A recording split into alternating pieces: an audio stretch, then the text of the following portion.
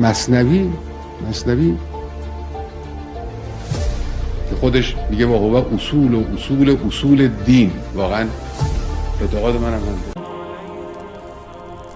اللهم لعن اول ظالم ظلم حق محمد وآل محمد وآخر تابع له على ذلك.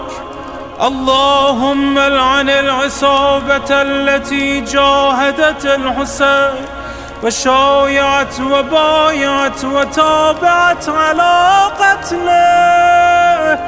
اللهم لعنهم جميعا.